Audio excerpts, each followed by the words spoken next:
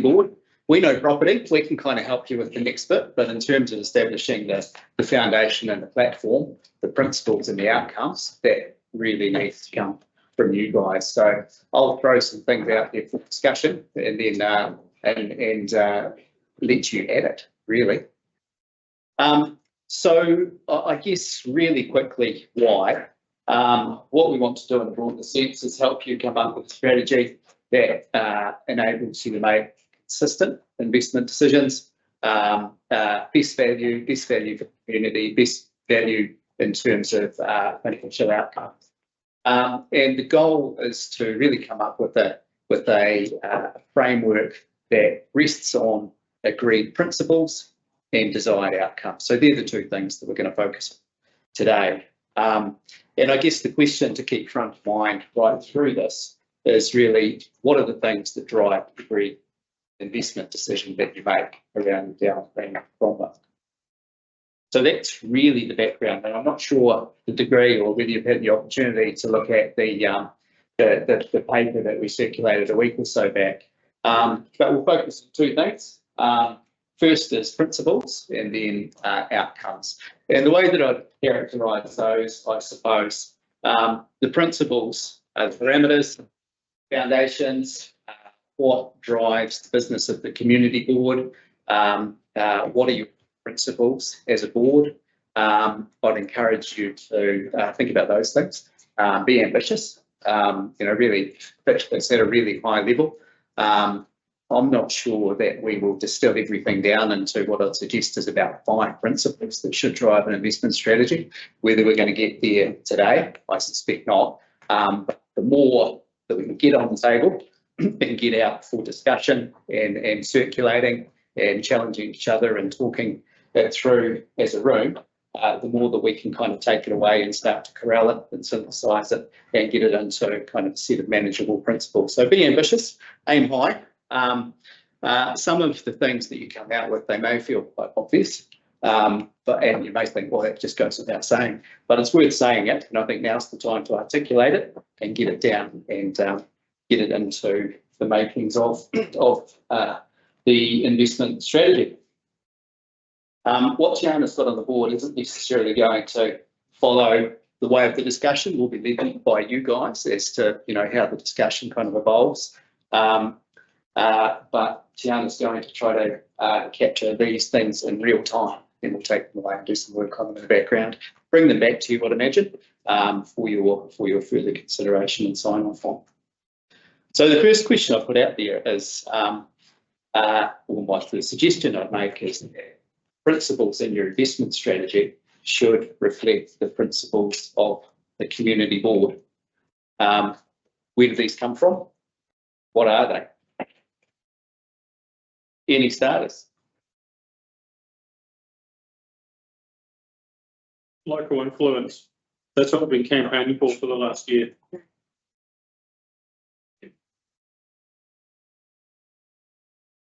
What does local mean, Wally? Is that Cromwell local? Cromwell local. Cromwell ward. Yeah. Mm.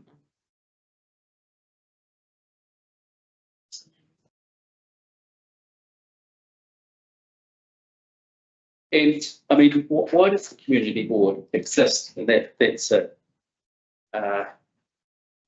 question. I don't know. Community boards, they don't exist in every council around the country. Why does this community board exist? And what do you do? What are the things that are important to you? We represent a strong community area of community interest. That's not the same as everywhere else. That's the key difference in Central Otago, is that our boards are based on the key areas of influence in the communities they surround.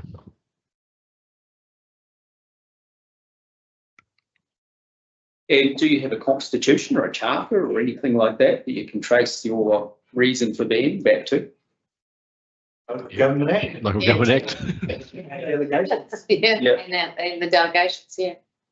And are the delegations, are they bespoke? Are they specific to this community board, or do they fall out of the LGA? They're specific to the district.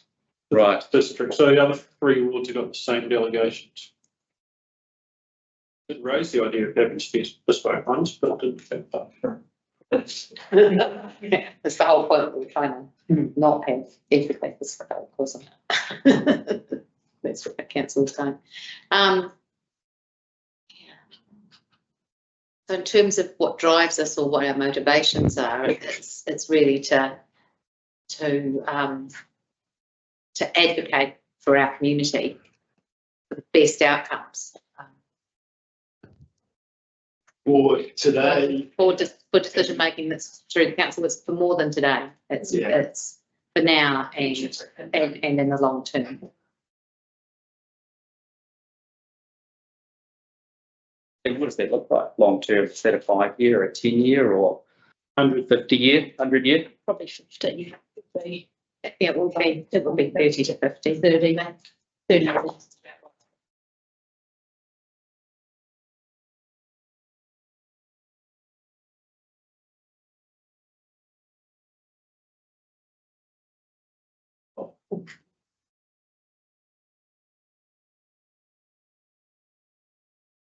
Yeah, that's for this month. Is it it might be a little bit provocative, a united group? Does the community board speak with a single voice? As long as they agree with me, it's fine.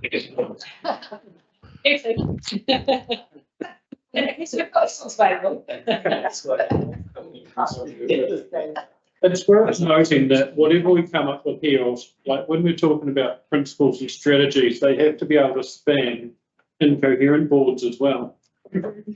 Because we might be quite coherent, but we could all be out on the next action. Yeah, and that really kind of sums up the idea behind the framework, doesn't it? That it does provide consistency over time, over electoral cycles, over different people, different interests, different interest groups, vested interests, all of the above. And the good thing is our constitution and stuff shows that we can do that. When we did have a cohesive board, we still got some good things done and made some good decisions despite of it. I'd love to have a look at that constitution. I wonder if that's something that publicly available online. is it. Right. I mean, the Local Government Act refers quite extensively to community boards, and our delegations manual is online, so standing orders. I can provide that for you. It's a bit dry, but they are legally binding because of the decision-making rights that councils and boards have, or legally written in a legal sense. So due process. Yeah. So it sets some parameters for what you can and can't do. Yeah. In this high-level principles type stuff, we have to repeat is it the purpose of the endowment, which is in aid of private funds? Like that has to guide what we're doing here. Yeah. Just in what? It's I think it's the purpose of the endowment is, and it's a longer sentence, but it's whatever we do needs to be in aid of borough funds, as I understand it. Yeah. definitely for We the could, industrial estate we're talking about, Yeah. and it is the purpose of the endowment guides where the money can be spent and that sort of stuff. Yeah, quite clear. I would say stronger than guides, it determines where.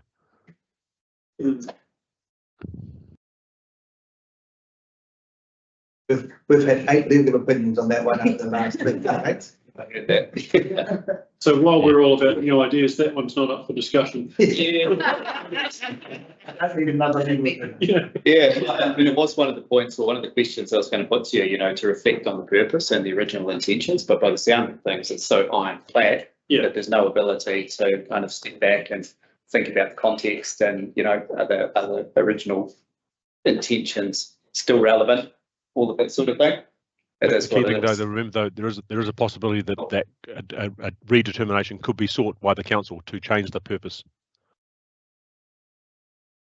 Yeah, the future council could, they have, like a future government can roll back the policies of the previous government. And we just have to pay the ball that's here now, don't we? Yep. So time and circumstances haven't meant that there's a different view now required. The original purpose is the original purpose. Okay, that's very clear. And going back to, I think there's some good stuff there that we'll capture in terms of the core principles, and we'll have a look at that founding document, the Constitution. Who is your community? Who do you make decisions for? It is geographically defined in the ward, which is the Cromwell ward. I mean, there is a design on the map. I couldn't walk you around the boundary, but it's done. Well, apparently, Everyone's going to walk us around the bench. apparently if we scan it and remarkables, if you get to one point. Yeah. Sneaking there. Yeah. So just geographically defined, not stakeholder defined, or is there? Defined as well, probably in terms of. There's another strategic driver, which is the Cromwell Master Plan, which, you know, yes, it's a few years old now and probably is, but it's a good starting point to say that the community of interest looked at itself growing and thought these are the ways that we would like to grow. So when you're thinking about what the Cromwell ward has expressed, sits within there. Yeah, and it's not that old, is it? It's what, 6 years old. Yes. So we can still well and truly lean on that for investment in the town centre, for example, right? Yeah, absolutely. Yeah. And for thinking about future housing development, those types of things, because it was very much about it being within the town. Spatial growth. Yeah. Yeah. The spatial being the precincts. So thinking about investment of those. Start for the plan change 18, plan change 19, but we just comment that as well. Yeah. It's come household who must have And what about time horizons for making, or actually another question, I think you mentioned stakeholder, community of stakeholder interests that you need to represent. If you had to list those, who would they be? Quite a long list if you want. It would be really quite a long list because you'd be looking. It's just the residents and. It would be residents and community, but residents of probably describes it because they are lots of And all the various business groups here, business. Yeah. communities groups, voluntary groups. Schools, learning centres, tertiary. Churches.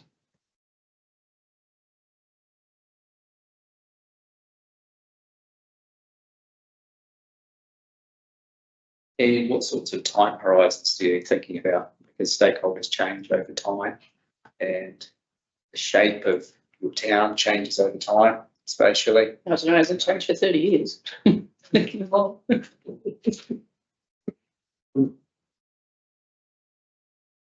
the council's plan horizon is, the long-term plan is for 10 years, asset management plans are for 30.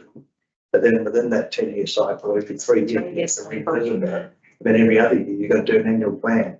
So, you could say it's in the short term to 3, and it's in the medium to long to 10, and then there is a period beyond that as well. Yeah, so that becomes intergenerational. Yeah. Does Does our debt. We talk about intergenerational. 30 plus. Yeah.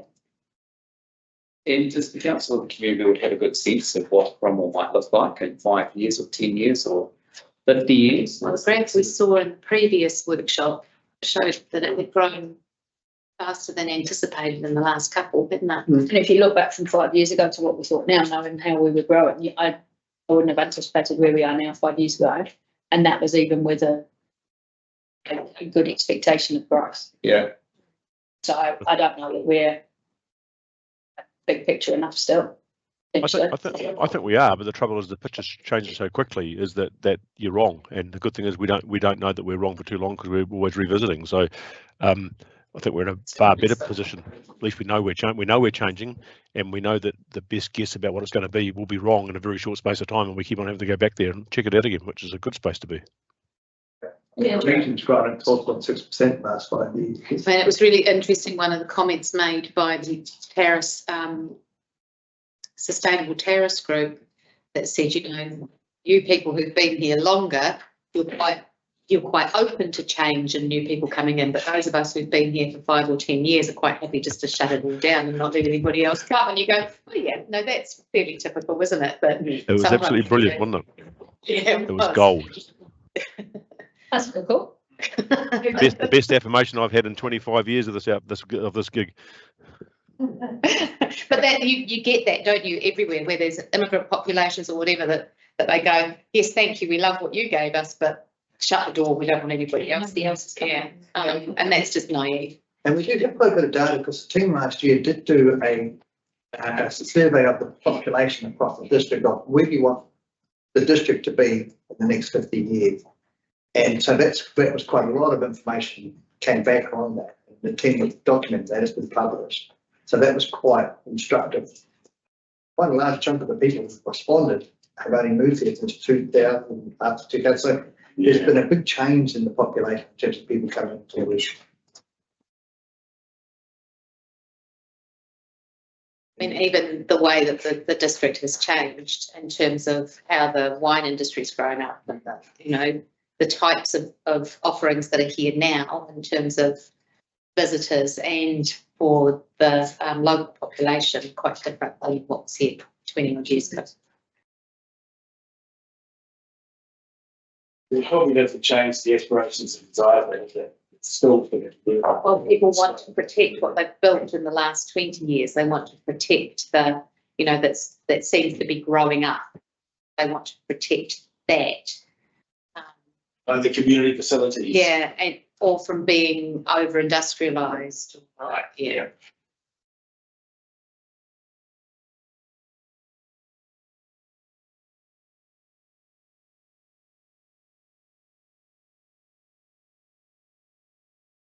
So there's a few things I think that are emerging here.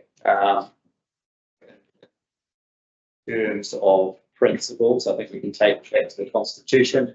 Lots of things that are coming out that we can synthesise and feed back to you.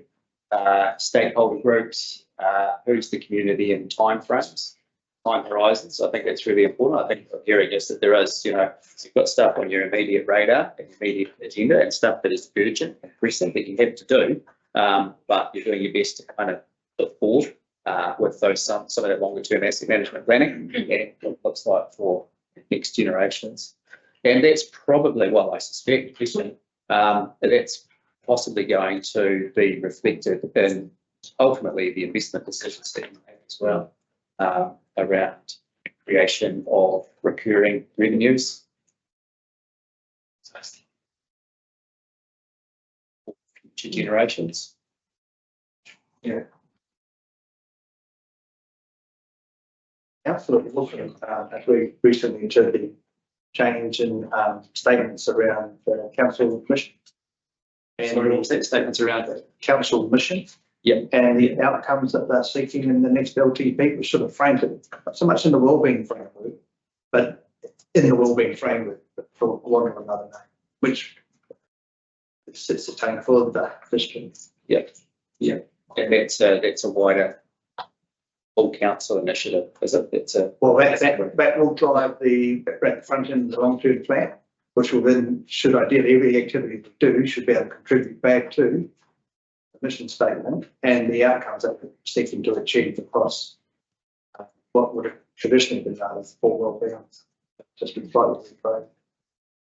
So does that set of criteria, does that fall down on the community board, or does the community board have a different view on some of that? Well, that criteria will flow down through the various plans and policies of council, which reach out and touch on.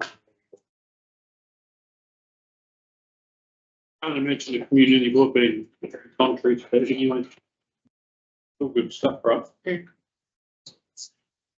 And the other important background, Mark, I will provide you a resolution that in terms of the short-term thinking, obviously Cromwell Community, etc., there's been some commitments made already on the land sales in terms of repaying debt on the whole.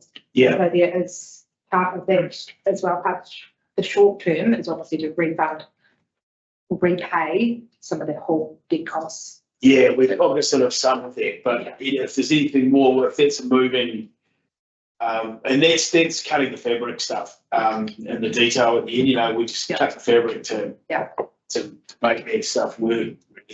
Really. That's the one to mind, there's been definitely conversations around things like the Cromwell Town Centre being funded from this endowment land, but to my knowledge, and the board might correct me, that's the only item at this stage that I'm aware short-term funding of land sales has been committed to.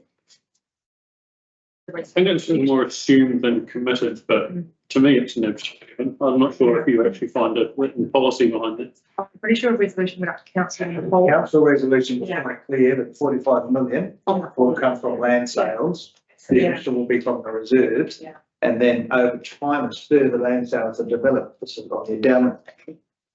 That's at least 45 million of that. So, I think really, because 25 already in the bank. Yeah. And the next 20 is aligned to the Cromwell Memorial. And that's really consistent with the work that we're doing on Bannockburn as well, and some of the financial drivers in the front end sector, probably the key one. Yeah. But just so the mission that the camp plan was to support and enable a safe, healthy and thriving community environment.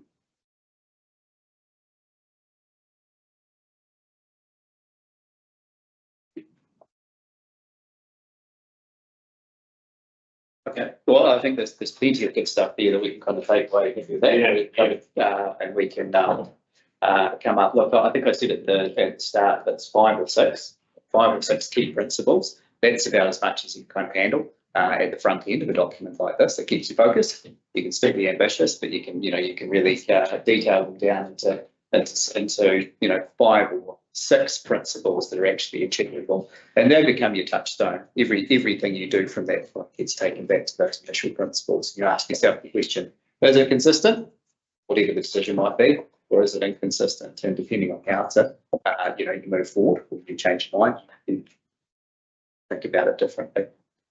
So outcomes. Part 2. Outcomes in some ways flow from the principles, but the way that I would distinguish between the two, the principles are around, well, as I say, they provide you a touchstone. To me, the outcomes are what do you want to see? What does success look like in the context of investment decisions around endowment land that you're likely to be making into the future? So I'll kind of set them up here under 3 categories for discussion, but I wouldn't necessarily see that a set of 5 or 6 outcomes necessarily fit neatly within any one of those, under any one of those particular headings, because I think they're so interrelated. But as a starter, what do you want to achieve? What are the outcomes that you want to achieve? As broad or specific as you want to be. Make shitloads of money. Yeah. So that was at the top, generate cash flow. Make shit. Return on investment. ROI, Yeah. because you can sell everything, make lots of money. Yeah. You can only do that once, though. Yeah. Prudent investment. And You're thinking long term, like this year, or you're saying, diversification of your investment, so you're not putting all your eggs in one basket.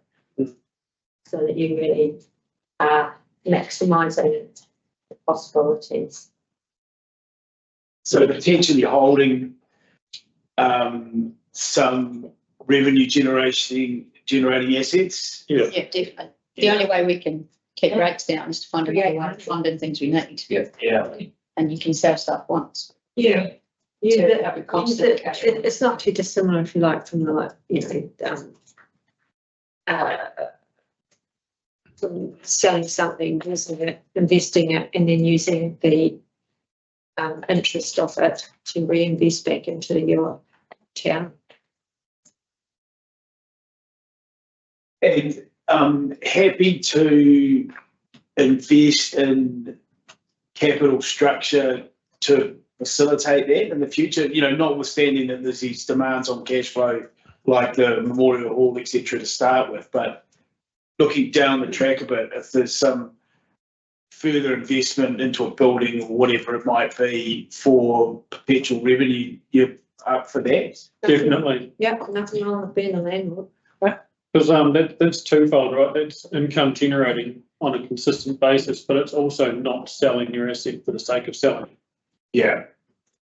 And as we discussed, you know, you can only do that once, can't you? Once you've realised it, you've realised it. So, And the legal advice seems to hinge with that, doesn't it? It talks about the endowment as a strategic asset. If you dispose of part of that strategic asset, you should probably be putting it into another strategic asset. So there's a permanent income, but there's a value that's created. It's still there. It just keeps adding to it. yeah. And so the One more of our best examples of that is Penalty House. Yeah. Hey, listen, sorry, team, I've got to be rude. I'm being pulled into a work-related issue that's going on involving the EPA and a panel thing and fast tracking and stuff. So I have to go and contribute to that. So my apologies. I need to go. If you say while you can, Neil. Thanks, Neil. Yeah, cheers. Look forward to having you not disembodied at the next meeting, maybe.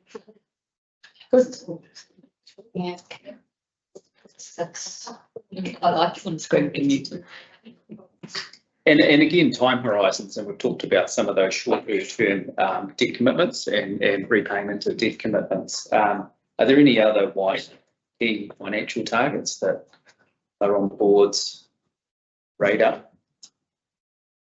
It's nice to be able to make contributions to the community, that if it's in aid of borough funds, that if we, we talk about our grants and what we, think of the discussions we've had today about putting stuff through to council for those, what will end up being community assets. And wouldn't it be great if we actually were able to, if we were generating revenue from our investments, that we were able to give back to our community. Like CLT. Yeah. Dream for me would be if the hall was free and there was 2,000 people through it a week. Yeah. So like, we're a long financial way away from doing that. Yeah. But, it's not insurmountable, right? I'm aiming for. Because how much does it cost to run a hall? Like $1.5 million a year or something? Yeah. So if we were making $1.5 million a year, we could put it towards that.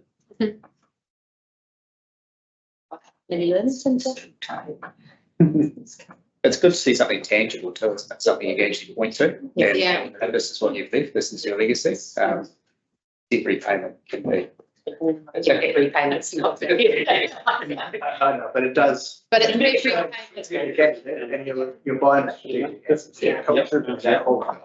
strategic asset. We're paying down debt, not a strategic asset. I mean, it's not going to a pit, is it? Was pit for a while. So I think what I'm hearing, it's a diverse portfolio.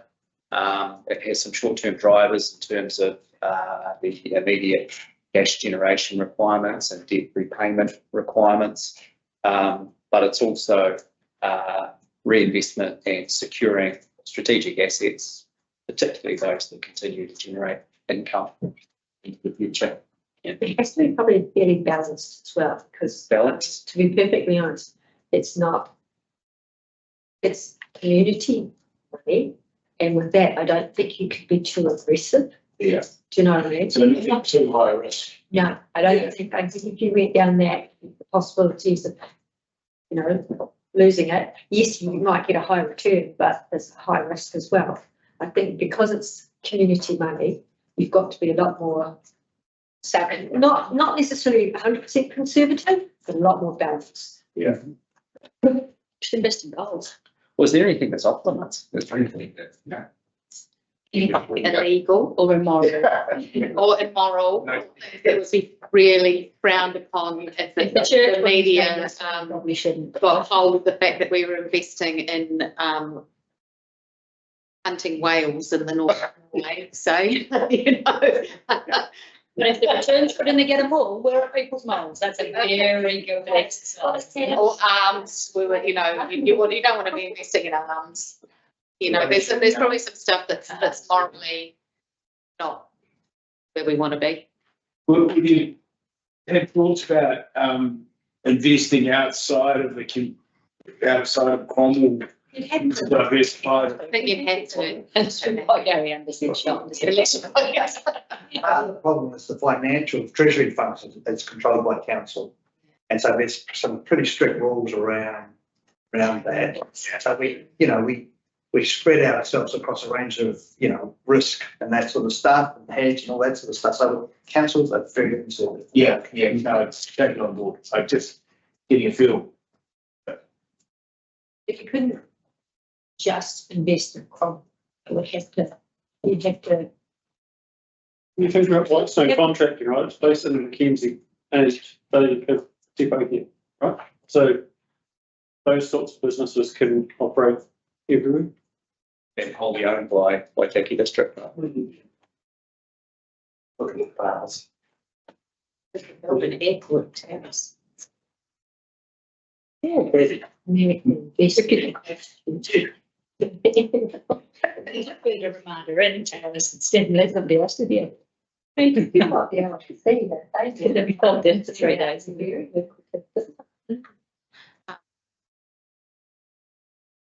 I mean, I do think that off limits, obviously you've got moral and legal, but you've also got within the bounds of what councils are able and allowed to do. You have the LGA factors. Yeah. And what about social outcomes? What are your aspirations for this community? What it looks like? Tell you what, affordable housing is something that we've talked about an awful lot, and it is incredibly complex. But I think if you're making money and reinvest back into your community, they're seeing the benefit of that. So there will be a social benefit to them.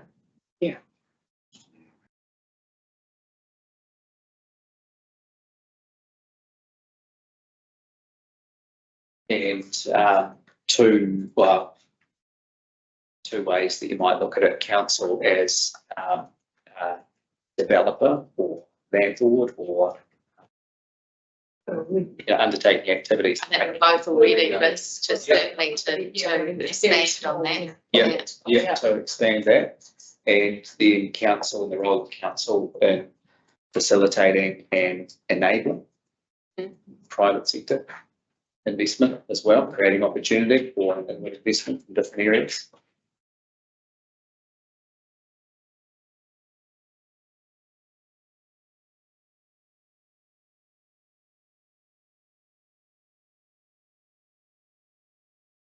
And the question I posed, making land available, well, I think you bring that back to the spatial plan and master plan as well.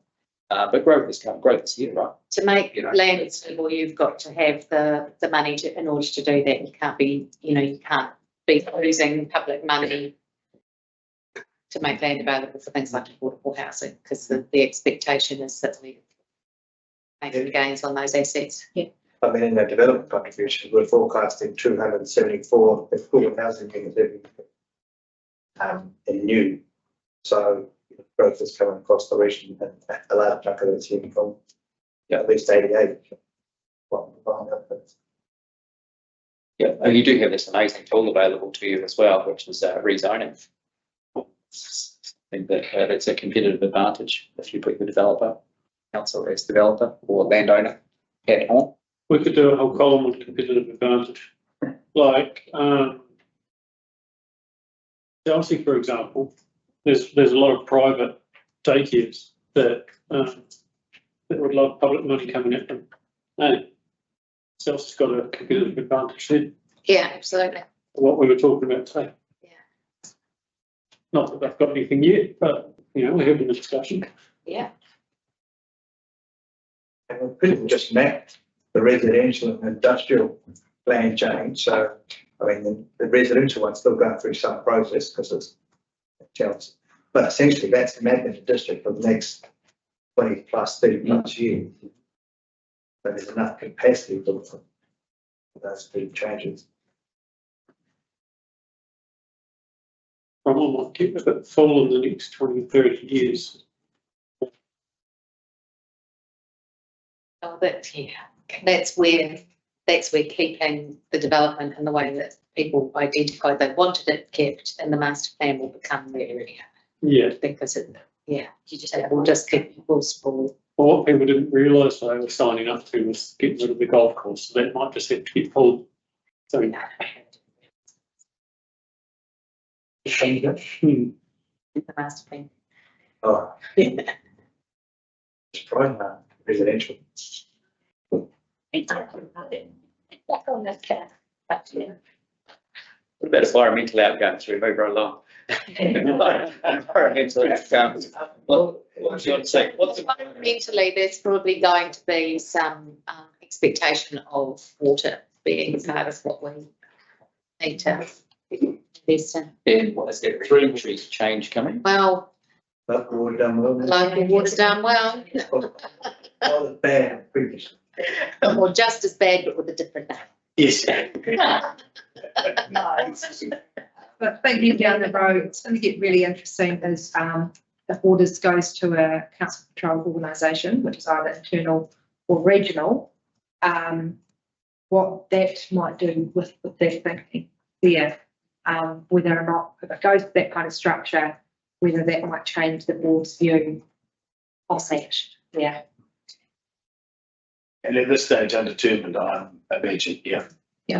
Sure, yeah. I think that in terms of environmental, when you're thinking about where I can see there, we've got transport and those things, it's probably less transport, but it's probably until we grow to be a size where public transport is viable, because it's certainly not, it's most of it's walkable. We town. You're not really looking at that, but you are still looking at walking and cycle trails and those public amenities that our community really values and that bring visitors here. And for the residents, the greenways, like we heard earlier, that Cromwell's actually a case in point for excellent internal walkways. And that structure's in place already, isn't it? Yeah, and Yeah. that's what the town's built on, but since we've started developing in this sway, we've not honoured that as well as the town was originally, and that's progression. Yeah, and it's one of those things like when there's been fast track processes or developers who've come in who've opted for, you know, the community really wants us to ensure that there's still plenty of green space available across it. That that's really important to us. But it costs a hell of a lot of money, doesn't it, David, to keep it green? Yeah, yeah.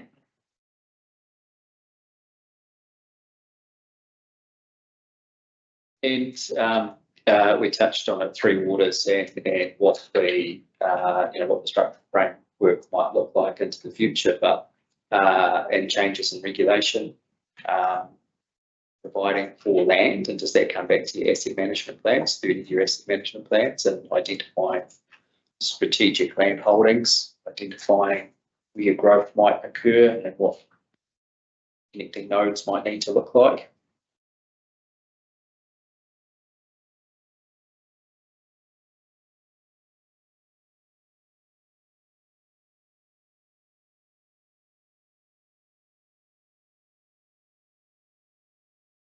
So much of what's being done is private developers, and so you lose control of what facilities and infrastructure goes into those spaces, and therefore they're at distance from the centre of the town, but there's no infrastructure that.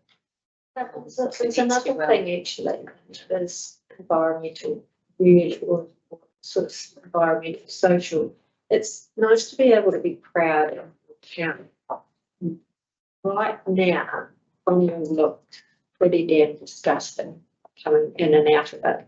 All the trees have been felled, it's all just treated up. It would be really nice.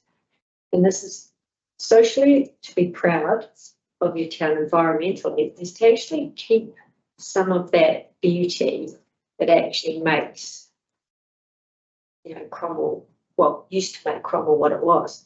You're going to have to replant and make sure that those one day they're protected or something, because it's that's pretty hard. So when you think about where things like cherry trees have come down, they can't reflect. No, what I'm just saying is it's a shame that that's been social and environmental. It's nice to be able to be proud of your town, but there is a danger that that's not Overdevelopment. Yeah, and that in actual fact that beauty is not protected as well as it should be. If Gordon was in the room, some trees have to come down. Oh, I'm sure they do. Yes. Yeah. But it's, you know, it's about replanting as well. I mean, Yeah. NCTA just plowed through the poplars, but they didn't replant anything. Pretty ugly. So, it's not as nice now as it used to be. So it's really important that we actually protect some of that environment to make it look nice. That's something that you are proud of. Yeah. But that's pretty big. Yeah. I don't have any more questions, but I think there's plenty there that we can kind of boil down into There's plenty for sure. a Yeah, little handful of Um, outcomes. I don't think there's no reason to make this any longer than it needs to be, but if there's any, I don't have any more questions either, but if there's anything more that you want to feed in, please do. I think we've got enough there to work with. And what do we want to see in terms of next steps? We can take this away and we can boil it down and feed it back through you, Saskia. Yeah, I think if we do that, and I think what would be really good, we might not quite, the next board meeting, the break is like over Christmas, but definitely the one thereafter, is to be coming back with an idea of what those principles are, but still, and showing the board how we got here, and still having a capture on the side of all the other things raised, so the board can say, actually, no, we don't think within the draft you've caught our idea of this enough. So I think, would that help the board if we go away and massage it up and come back with a bit of an initial draft of this? So would we see, once you get to the stage that it's actually specific, we'll get to see the specifics of what you're going to do and really, and if, before it gets to that stage of that that we're selling off the land, you'll have that well in place and you know what you're going to do, what your suggestions are as to how you're going to invest the proceeds of whatever. We will for that. Let's just get you all develop up a framework Yeah. for you guys to start assessing and making those sorts of. But what I've seen, yeah, Say ordered risk or something. no, I think what we do is we get the framework in place that have what the board wants to achieve. Yeah. And then what I think would be sensible, and I know I haven't discussed this with Phil and Gareth as of here today, is there's actually a bit of a plan that then sits under. You've got your high level strategy and we align it with the LTP, is that the board then goes, right, this is our plan under our strategy. This is our plan for that investment money. So we've got an ongoing look at it and that we're continuously looking over that plan. So there will be substance that sits under it. That's not what we commissioned these guys to do. They're going to develop the thinking around it. So then we can go, right, this is our plan. Does it sit with that principle? Oh, it's kind of not in line with that outcome we agreed. Yeah, we just want to make sure we haven't missed anything at this stage. So, and then I think as we come back, we'll look at that. Yeah. And then, those fundamentals sit in every decision. Yeah, and at this stage, the only thing, and I know Paul's not in the room, to my knowledge, the only thing that is in the current LTP around land sales is what has already been committed within that paper that went up to council. Because this work needs to come before any further commitment of that endowment land. So we probably would have that more detailed plan in place leading to the next LTP as to what the board would like to see happen. Saskia, can you paint us a picture about this is really important work and it's going to end up in a really important document. Mm-hmm. How's that document going to have teeth and where does it sit? So what I was thinking was this, so the board develops it up, it goes to council. I do need to go and have a think about whether we take this to council, once we get a first draft going to make sure there's no allergic reaction with this.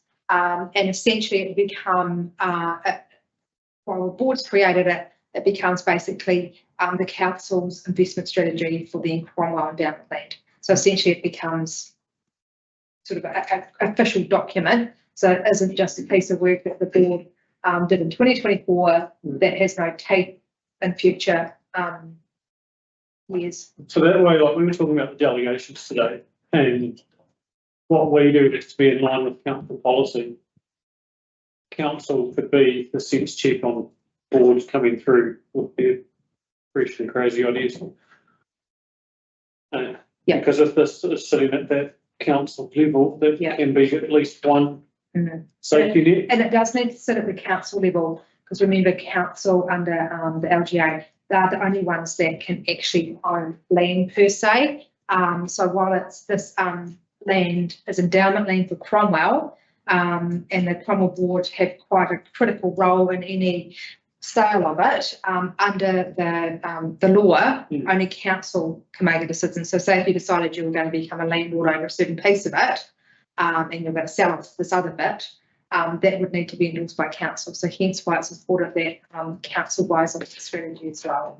But I think it's a really good point. I'll go away and think about some of those in terms of the work, with how we weave all of that's very sitting ultimately.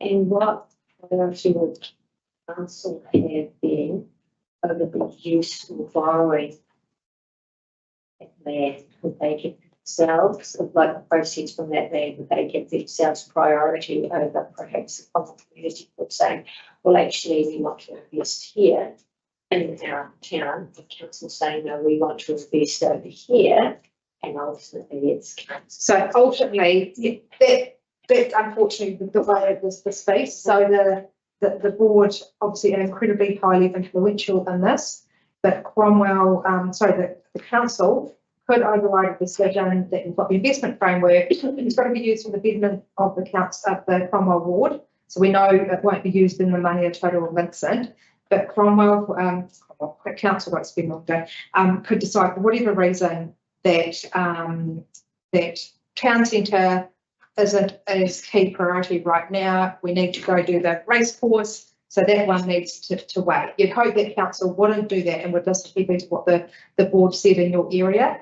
but ultimately council does make that. That would be a bad day out for the But council. then It's possible. I can't, yeah, But surely council then, because I mean, the council has been internally borrowing for years. Yeah. And then the community board has been benefiting from the interest. yes. So what's to stop council doing exactly the same thing? Which And would, then it would be, but Cromwell needing something, council saying, well, actually, no, we're going to borrow the money. You'll get the interest, but we're going to borrow the money for something else. we could work that into the policy document. And that, to be fair, could be a real and true fear if we get close to reaching our debt cap with 3 waters in house. That could happen, that we have simply reached our levels. But you would hope that we would do what we've done before, is when Cromwell said, no, we want our money, we want to build the hall. What we've had to do is go fairly quickly and get external debt, because we can no longer borrow from the Bank of Cromwell, because you're needing that money now for the hall. So we are now 40 mil in external debt, and we're reducing obviously the amount of our internal borrowings. You can see where I'm going. Yeah, Can't I you? see what you're We're saying. going to get, that council will get to its, close to its limit, and then start looking at where it can find the money, and it could borrow from this fund internally. Yeah. And that means that if Cromwell wanted to invest in itself again, that money's already been used. So what's to protect that money and make sure that the priority is Cromwell and not internal council borrowing, even though they're paying interest, but it's council's benefit, not Cromwell's. Well, I'm not sure you can find council. Cannot. We can put it into the policy, Yeah. but ultimately, Council council is sovereign. That's a risk, because, A future council, yeah, because we can't have, because the money has to be used for the benefit of Cromwell, but ultimately we may not get all the say in how that's used. But definitely as we go through this work, we can think about what goes into the ultimate sort of policy that will go up for council for adoption, to put some words in to obviously encourage council to not to be internal borrowing unless expressly agreed by the board. We can put stuff like that in there, but of course council could change their policy.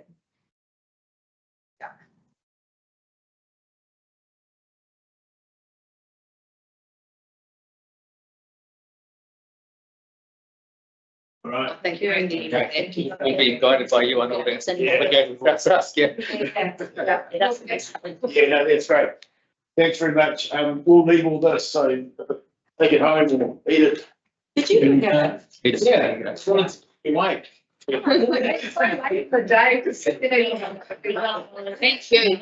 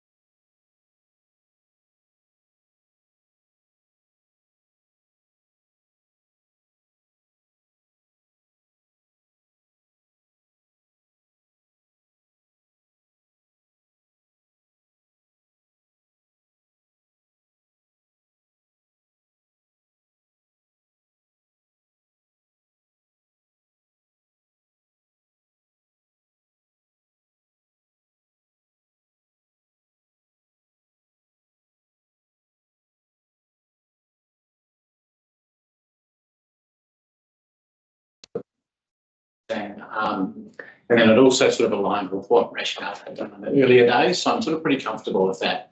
And so what we've done is look to, well, we've moved that money and going to be employing someone to almost be kind of like a project type manager, but not to help bring this to life and sort of manage some of this together with me over the next 18 months. And so I think now that this is starting to come up in its foil, so what I'd love to do if the board was happy with it, is just to have a half an hour workshop at the end of every CCB meeting, just to get an update on how this is progressing. We may or may not use it every time, but there's going to be quite a lot of moving parts come to life as this comes together. Things like leasing, opening hours, how we're going to operate at different, you know, I guess, community groups that want to be part of this, and just bringing it all to life. I guess it is our biggest, you know, CapEx project that we've ever done, and so the success of it's going to be on day one of, you know, I guess right now it is July 2026, and so I think just keeping you guys close, because some of these things will start moving quite fast. If you were okay with that, for us to just block that in into 2025, is a 6 weekly is probably quite a big gap anyway, isn't it? So Yeah. every meeting will be appropriate, Yeah. at least. Yeah. You know, Yeah. plus anything significant in between. So, Yeah. you know. That would be cool. All right. So that's sort of the first thing. The second thing I talked about last time was the different ways to operate this hall. And essentially we broke it down to a full operating lease where we would throw it out to a full facilities leasing company and just be at arm's length. The second option would be a CCO. And then the third option is running as a council operation, very similar to how we might run a pools or something to that effect, where we would have an activity manager reporting in to myself and then obviously working closely with the boards. We've done a bit more due diligence on the CCO, and there's a few things that we have to do to set one up as we're just learning, you know, going through what we're doing with water. And essentially we've got to consult the community on it, on setting up a CCO. And then we've obviously got to set up a governance structure and do quite a bit of stuff behind the scenes to activate the CCO. And so without going too far up that route, I wanted to have a conversation with the board on your levels of comfort. And something that I would recommend in particular is over the next, or through this LTP, and as we open the facility up to start with, we operate it as a council facility. So if it was a CCO, I'd see a very similar structure from an employee point of view, where we might have a facility manager and a museum director and a facility maintenance person, things like that. We're just starting to build together a little bit of a structure of what that would look like. However, what that does, it gives us a bit of that freedom to be able to build it over the next 18 months for go live in July. If we look sort of move back on the timeline from 1 July 2025, we'll have to look to start hiring people that are going to work in this hall. So, sort of taking a 12-month runway, I've put 500,000 into the LTP to come available to us from 1 July. And that'll essentially allow us to start employing people so that by day one, we can open the doors with a fully functioning team that's ready to go. How that would look going forward is that through the LTP, we could investigate more of what a CCO might look like. And if it came to needing to consult and it was something that the board and council wanted to do, that would be something that we would do from 2027, essentially. It also, I guess, having it in-house, it makes it a little bit easier for us. We don't probably look to bring on a sort of an advisory group when it came to things like the museum and the exhibition centre, rather than an overall governing board. And so we wouldn't have to set up sort of, I guess, all those governance levels that comes with it. And I think the other thing as well is that, between essentially we're in January now and June next year, we are going to have to start employing people more or less in about 6 or 7 months' time to start, ramping this up. Going out to different, larger exhibitions and things like that to start getting some, I guess, commercial engagement on. So are you still talking about the council facility path? Yeah. Yeah. And so I guess if you guys need more information to provide that guidance, I'm happy to go away and break it all down. But if you're sort of comfortable with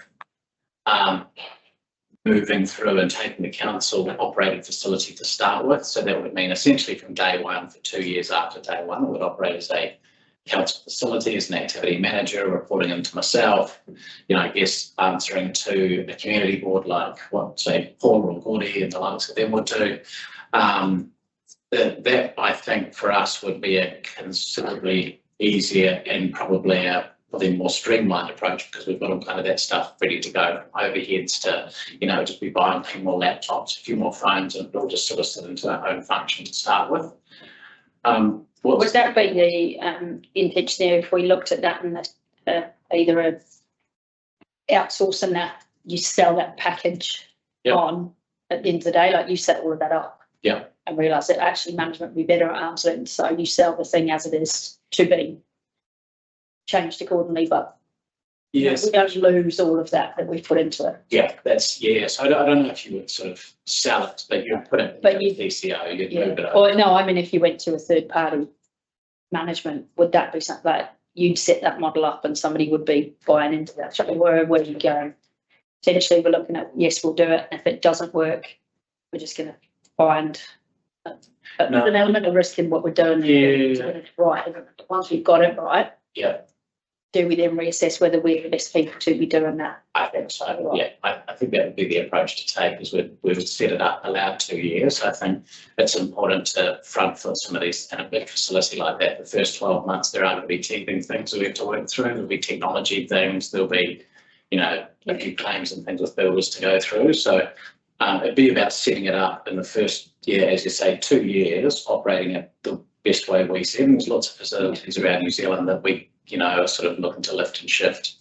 I guess when it comes to the types of people we would employ and things like that, a lot of the industry in New Zealand's been really generous in providing us. Well, we've got 3 facilities now that have provided us with job descriptions and things like that to bring us to life. So essentially we would set it up, sort of, get it up and running to a point. And I think I've said to you guys in the first year, we'd be doing well if we made $100,000, and having a goal of getting the entire community through it and showcasing the hall. And, I guess after year 2 is reassessing what we've done and going, okay, is it being as efficient as we need, or do we need to look at moving it up to a CCO or outsourcing some things? But I think that this is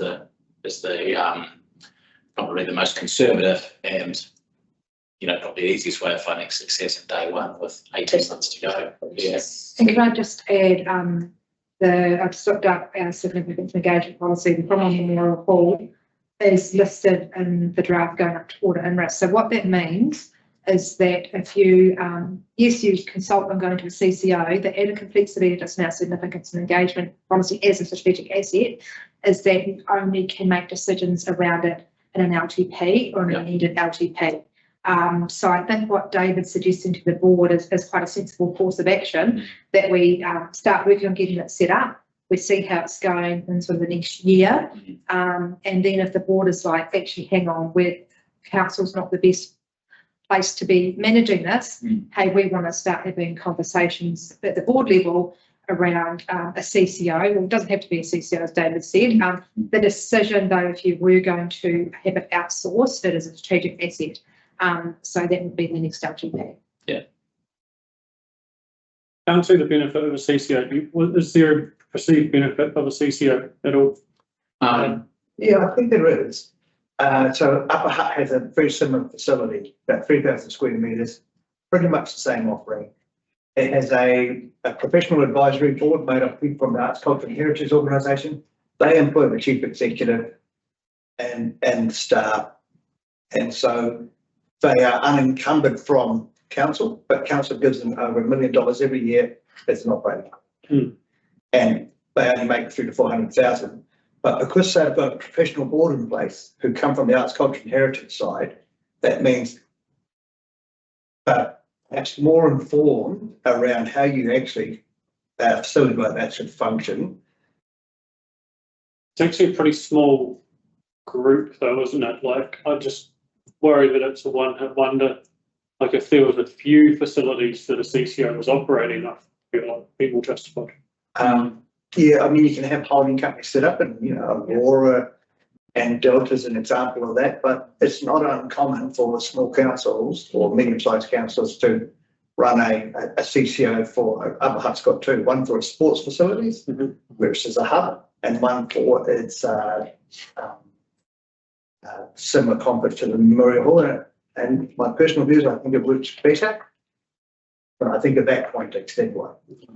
So are you talking about when you would or wouldn't lease out the likes of the coffee, cafe, or the cinema? You wouldn't lease those out for that first period of time, you would just keep them in-house? I think we would. It's the overarching management. Oh, right. Okay. Yeah.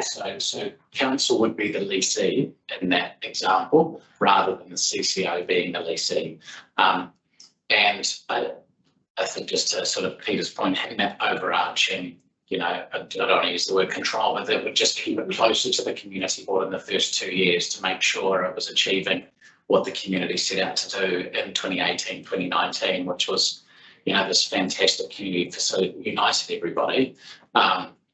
Once it sort of did get up on the foils and, you moved to a CCO and you were comfortable with how it operated and you had some really good type policy around how that CCO is operating, it could push out from council a little bit and work a little bit quicker. But I guess, what I'm proposing is that it operates as a council owned facility, and we would be the landlord to the cafe. Yeah. So does this landlord have anyone on the ground in the building every day? We'd have a facility director. Yeah. But everyone else that's in there would be employed by the person with the lease for the cafe or the cinema. Yeah, correct. Yeah. And no. And so that would obviously. What about the museums? Few in the museums then? Yeah, so I've just started the conversation with the museum here actually on how we would look to work together, and I don't have too much on that yet, but obviously they're really excited about moving in, and they're also really excited about having some kind of museum and exhibition director under one roof, all connected to the events person and sort of a marketing person to be able to bring it all to life. So Martin and I had our first sort of proper conversation a couple of weeks ago with that, and he's putting his thoughts down on a bit of paper for me as well on how we would sort of put all that together. So, yeah. I think one benefit for keeping it in-house with council as such is to council as an employer. Yeah. The more staff council has as critical mass, the more opportunity there is within the staff to promote into these sorts of roles and stuff, right? Yeah. Yeah. It's And something we've to already consider. done as well across our. Council will provide the backbone, so I mean, if whatever start with there, council will always play the HR function. It would probably carry the maintenance, IS, all those sorts of things would be shipped back to council. Yeah. So there'd be no duplication. It's more just in the specialist functions that facility would offer. Yeah.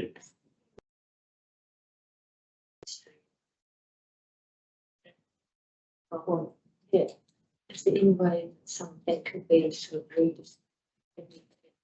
Yeah, so I'm just thinking of trying to find out, because we are actually left with stranded overheads, and I guess if there's, I was just wondering if there was a way that you could, Sheet it all home with me. well, just use some of that. I imagine it'd be a chairman role, but You know. I have at least 1.5 minutes. So. But if, I guess if there's no allergic reaction to you guys, or, I can sort of formalise that through the channels that we need to be able to formalise it through. But if you guys are comfortable with going that route of, having it as a council operated facility to start with the idea of reviewing it in 2 years, how is it operating? And then that would give us time to start to align with the next LTP. So, I guess bring that to life. And I think one of the other things I wanted to bring up as well is that this consultation document is going to be a big EA, I think. I mean, quite a lot of items in that. And so if we added a CCO into that, as well as everything else we're consulting on, it would become quite confusing, I think, for our community as well. So, yeah. Yeah. All right. So no allergic reaction to that approach. Cool. Sounds like a good train wheels approach to me. Yep. Sweet. Cool. All right. One of the other things we've just sort of been working up is, I guess starting to re-socialise this again with the community, and we've gone back to the master plan of 2018, wasn't it?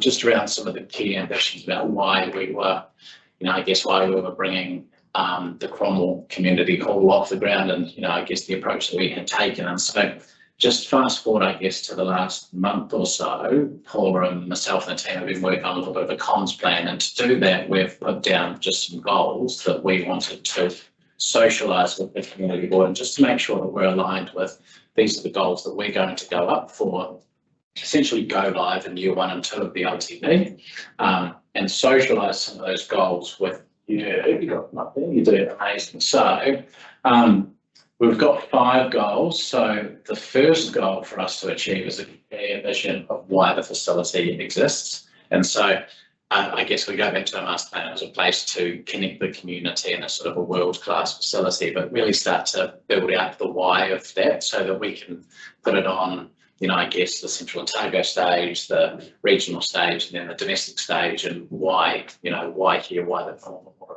And it started off being called the Arts, Culture and Heritage Centre. So it's going back to an event centres, it's like catch all of those things, not sports. So just going back to, this was the area that this community wanted us to create an opportunity of a multi-use facility. Mm-hmm. And then from that master plan feedback, it went into the long-term plan about the size and scale, and people saying it needed to be bigger than 2,000. So who were these people? What do they think? We need to start re-engaging with them. Mm-hmm. You had some dreams and thoughts. What are they? Because this is your chance to activate this. Because the community's job to activate this. Because some of that was done right at the outset with Jasmine. So they will have they will have captured some of that stuff. Mm-hmm. So it's probably worth revisiting that when they talk to people and said, so what do you want the headline to say at the opening event of the Cromwell Memorial Hall? You don't want it to be a lemon by the lake.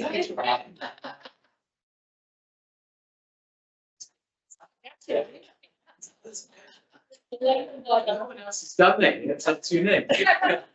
So you want it to be Harrison Hall's off. You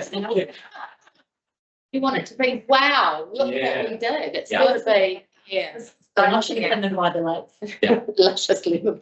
And that very point brings us onto our second goal, as the community sees it as theirs. So all of the conversations that we had a few years ago, even up till sort of 2 or 3 years. I think some of the things you've already talked about with staffing, with it being open, with having the museum, those are all things that mean that it's open and people can go in it. Otherwise, it's a hall that's locked unless you've booked it. Yeah, And exactly. that's a really big thing that we were told by the community they did not want. Yeah, it has to be open. And we want to track that you said this and you said this and you said this and this is why we're here. Look, this is the directive you gave us. So that that's perfect. And and there'll be stuff in that LTP submissions. Yeah. It was the same sort of thing where people were saying, this is what we want it to be. Yeah. Yeah. It's always put out a good size file already. Yeah, that's great. That's great. Yeah. That's great. People want it forgotten because it's Yeah, they won't say, but they did say, this is why we did this, is because this is what you told And us. there's also a lot of new people that weren't part of that don't know, so we need to retell it for the people that are here since. Yeah.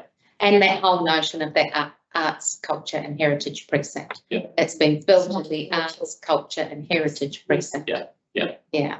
Yeah. But you could play badminton in there at a stretch. You're not going to though. Badminton, Unless cultural badminton. unless it's okay. And I think, It's badminton in my hall means that my walker is full of. yes. And that's why we want to do these workshops Walking. open as well, you know, and so people see it coming to light and see the work that I guess we're doing behind the scenes, and Yeah, hopefully we've got a heap of meat. Obviously there'll be thousands watching right now, there'll be thousands. watching this conversation come to life, you know. And so I think people will see it take shape and give that feedback as well as we go, which, Yeah. you know, just reinvigorating that, which puts us on to goal number 3, is connecting to the history and I guess our regional identity, you know, so that is the meeting of rivers and the I importance. was hoping that the collaboration with Okaha and all the work done with stakeholders will And give the us. Chinese, and Yeah. the pathway through and all Yeah, of those things put together. yeah, yeah, that was great, huh? Yeah. And same with, do you remember the closing speech Peter Mead gave when we closed the hall, Yeah. just around the history of it, around the ambition of Cromwell, and, you know, the first hall that was built was ambitious, and so was the next one, and then so is, there's always been that. Oh boy, ambition. did we break that hole. Yeah, and so just connect so that nothing's, you know, understanding how things came to be. That's our goal number 3, and then our goal number 4 is our community's excited about it, so it is. Vocal. Yeah, is that they're excited and they want to go to it, and, you know, to try and get the whole. We need to try and we need to start planning, looking for an opening act. Taylor Swift's Yeah. coming according to Taylor. Well, Taylor Swift made the 30 well, last time we mentioned it was Taylor Swift, but maybe we've tried Lord, someone more local, who's a good local. But I think, I do think that that is probably Yeah. a goal, is to get, to think that we've got an opening The event. gold penny champs are September. I think something more than the gold penny taps, however much we love them. It's just, you know, we're dirty. We can do that big barrels It's out of of the race cold course. water. It's out of the race I've course. had it all at my school. You have to make sure you put a bit of warm water in there as well, otherwise the 5-year-olds cry on frosting. Yes. The other thing about having the community feeling excited about is actually letting them visualise themselves in it, like having those groups, seeing themselves in there, using it as their space. It's, you know, they used to go in and well, this is my facility and I'm going to use it because, and I'm going to use it the way I want to. So if we can create that energy and that visualisation, it'll help them step in and hopefully come and use it lots. So we've got the headline and stuff, but also we've got activities, people, there's footprints. Yeah, and I think that's where we've got to be really mindful. If that rehearsal room has to be for local community groups, has to be at a level that they can afford to actually rent it to have dance or karate or whatever in it. Otherwise, Yeah, and What's the purpose of it? council agrees to underwrite it, then, yeah, you know, set those prices, because all ratepayers are underwriting. yeah. It was indirect, but that's why I raised it when we were talking about budgets for the long-term plan, because when we do cross over with the hall opening, it could be that we get to a point where we subsidise the first year. Well, we haven't had that discussion yet. Honestly, I think you'll be subsidised. The improved facility in Upper Hutt has been subsidised for the last 25 years, Yeah. and we class it as a success, and it is very successful. Yeah. But council chip in $1 million every year. But it is that whole success is that it's got people in it every day. Yeah. That's our measure of success. It's got Absolutely. people in it every It's not day. just the revenue. Yeah, It's a mixture of visitors and locals Yeah. in there every day. Yeah, of course. And I think even just to add to how that's in practice today is our pools run a similar model, so 2/3, 1/3, 2/3 subsidised by the ratepayer, 1/3 paid for by the user, And again, success is that the lanes are booked and people are using it every day. Yeah. So. Yeah. And I think just on that, you might remember from the last presentation, I'm budgeting on a 73-hour open week, so 7 days a week with later nights, Thursday, Friday, Saturday, is essentially how. Right, that would, some of that would be dependent on a tenant in the cinema space and that type of thing. Yeah, and just some of the live conversations I've had so far, the cafes are looking, and especially in the summer period, and having a facility that's open into cocktail hour and things like that, so. Do like Yeah, well, Nichols have just opened on Friday nights, haven't they? Yeah. Not exactly in the best spot, but. Yeah. But It's even well if received, so. it's the user groups, so they're doing rehearsals, they do them in the evenings, not during the day. So Yeah. just making sure the facility's available when people want it, not when it suits us. Yeah, exactly, yeah. And then galas obviously go into the night as well for the big hall and auditorium area, so just budgeting on a 73-hour open week gives us, that's sort of how we've got to the numbers that we've got to. We've got any consents in place for like noise? If a certain event's going to need to be noisy till 11 o'clock or something?